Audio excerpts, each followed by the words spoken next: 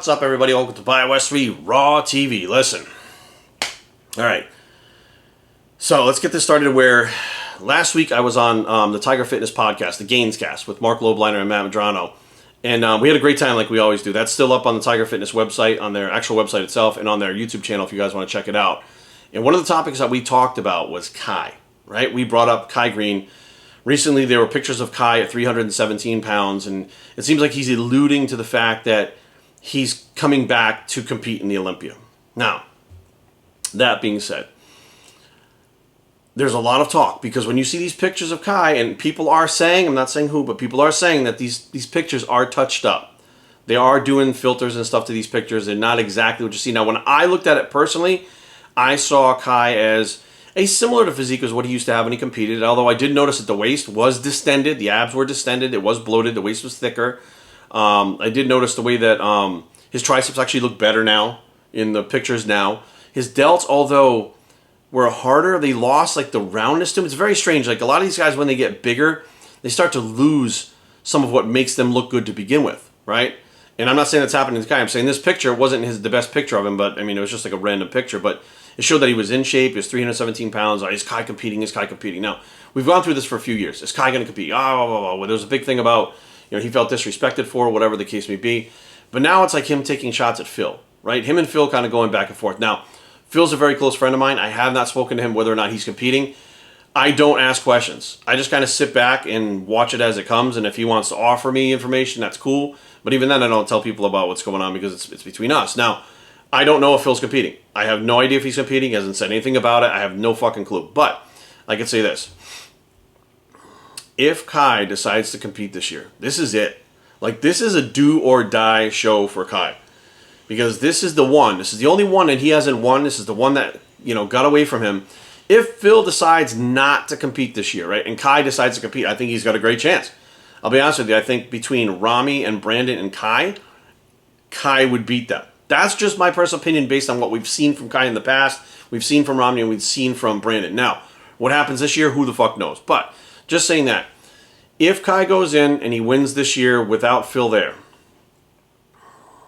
he didn't beat Phil, right? He didn't beat the person that kept beating him. Kind of like Jay and Ronnie, right? Jace didn't stop until he beat Ronnie.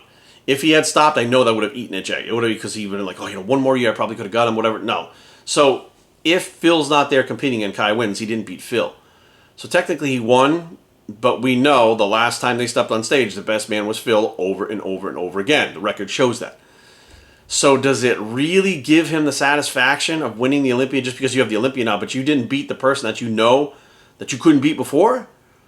That would just, I don't know, man. Like, to me, it's a cheap win, but it's the Olympia though, right? So who gives a fuck? You're the best in the world for at least 1 year.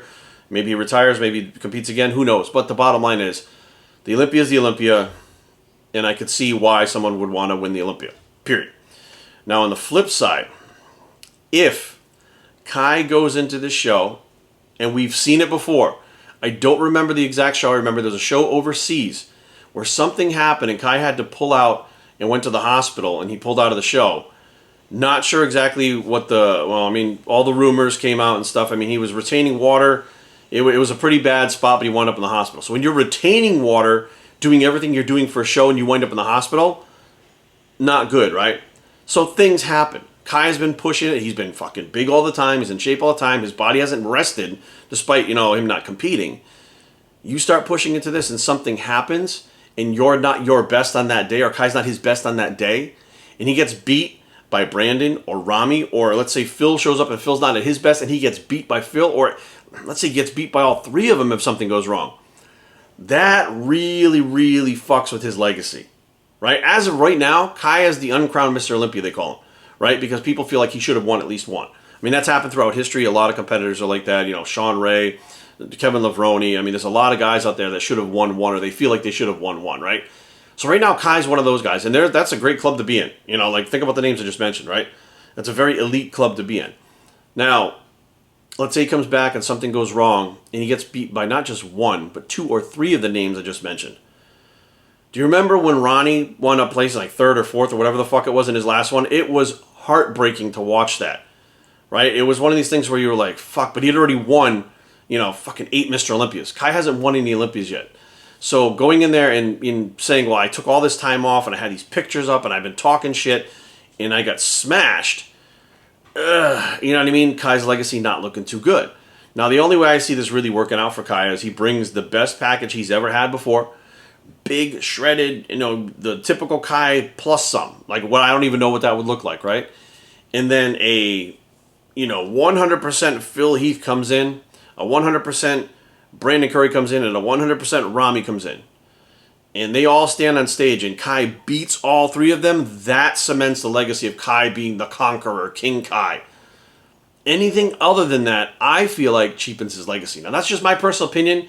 Now, I get the fact that a lot of this could be for marketing to make money, right? It's business. Bring him to the Olympia. Get to the Olympia. Making money. People are following. They're buying his T-shirts. They're buying his hats. They're, buying the programs, the supplements, whatever else is going on. There's a big interest in Kai coming back again. It just kind of re-drudges up all the fucking fights between him and Phil on stage when he whipped his ponytail on him and stuff like. But we've had 2 Mr. Olympia since then, Rami and Brandon, and they're both there. So we have 3 former Mr. Olympias. One's a 7-time Mr. Olympia. And then we have one person that was fighting with that 7-time Mr. Olympia the whole time. I mean, that's a lineup that I'm like, I want to see that. I want to see that show. Like, I could not wait to see that show because that's exciting. Like, 3 Mr. Olympias and the person that vowed vengeance against the 7-time Mr. Olympia coming back after so many years being off stage, talking shit leading into it. Like, that's exciting. That's marketing. That's big. But I think Kai has, there's 3 ways it could go. Either he wins decisively, he wins without Phil there, and it's a cheap win, in my personal opinion, or he loses to one or more of those guys that I mentioned. So there's 2 out of 3, that's the odds, 2 out of 3, that this would end bad for Kai. Now, for me, 2 out of 3, I'd probably still go for it if I was Kai. That's just me. But, looking at this from a standpoint of where if this thing goes south, could he lose money? Could he lose contracts? Could he lose, fans? Could they just be like, you know what, he's done. Let's pick somebody new that's eventually going to beat these guys. Like, there's too much to know until the day comes. So my thing is, I think that if Kai decides to compete, it's super interesting. And it's going to be a huge deal. I think it's going to drive, they keep saying that this will be one of the biggest Olympias ever. They keep saying that. And I'm not sure what that means with the expo or whatever's going on, but they're saying they're really going to try to blow it out this year. Like, really fucking hammer it home and make this thing huge. I could see that happening. That would bring a lot of people that, may not necessarily go to it, but they're definitely going to tune in on pay-per-view to check out what the fuck is going on. And I think a lot of people would, at this point, the Olympia being, back in Orlando again, it's definitely going on. They can book their trips. They can, plan out their vacations and stuff, whatever, to get to the Olympia. Man, I think it would, for bodybuilding, for the IFBB, I think it's amazing. I think it's amazing if Kai competes. I think if Kai competes for him, he's taking a risk. But hey, you have to take great risks if you want the great reactions and you want the great reward, right? So what do?